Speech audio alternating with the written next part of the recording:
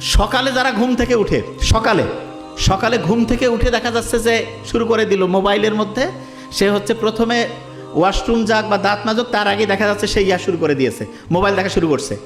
এই কাজগুলো যাদের মধ্যে থাকে তাদের দেখা যায় অ্যাটেনশনটা কমে যায়। বুদ্ধিটা কি? দিনের সবচাইতে নির্দিষ্ট একটা টাইম বলে দিচ্ছি, ধরেন যে দুপুর 11টা থেকে দুপুর 2টা, এই টাইমে শুধু মোবাইল দেখবেন। কোন টাইম? দুপুর 11টা থেকে দুপুর 2টা। কয়েকটা কথা বলবো, খুব দ্রুত নোট করেন, জাস্ট মাথায় যাতে থাকে। অনেকের ওই যে হাড্ডিতে ব্যথা থাকে না, দেখা যায় যে শরীরে ব্যথা করতে পারে না, যে হচ্ছে যে বলতেছে ভাই ক্যালসিয়ামের অভাব।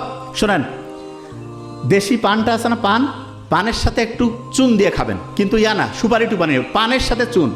পান এবং চুন এইটা শরীরের এর ভিতরে যে এনজাইম রসটা আছে, এইটা দেখা যায় খাদ্য হজম করে এবং আমাদের শরীরে ক্ষারীয় মাধ্যম তৈরি করে।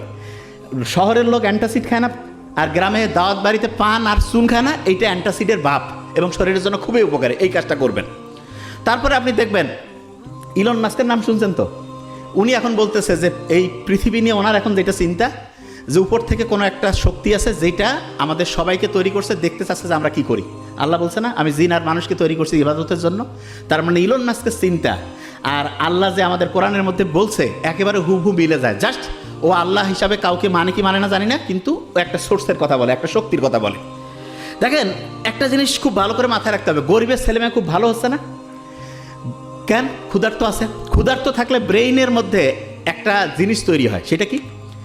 ব্রেইনের মধ্যে ক্ষুধার্ত যখন আমরা থাকি, ওই সময় যদি একটু হাঁটাহাঁটি করে দৌড়াদৌড়ি করে, তখন দেখা যায় ক্ষুধা আছে, আবার হাঁটাহাঁটি দৌড়াদৌড়ি করতেছি, তখন BDNF, brain derived neurotrophic factor তৈরি হয়।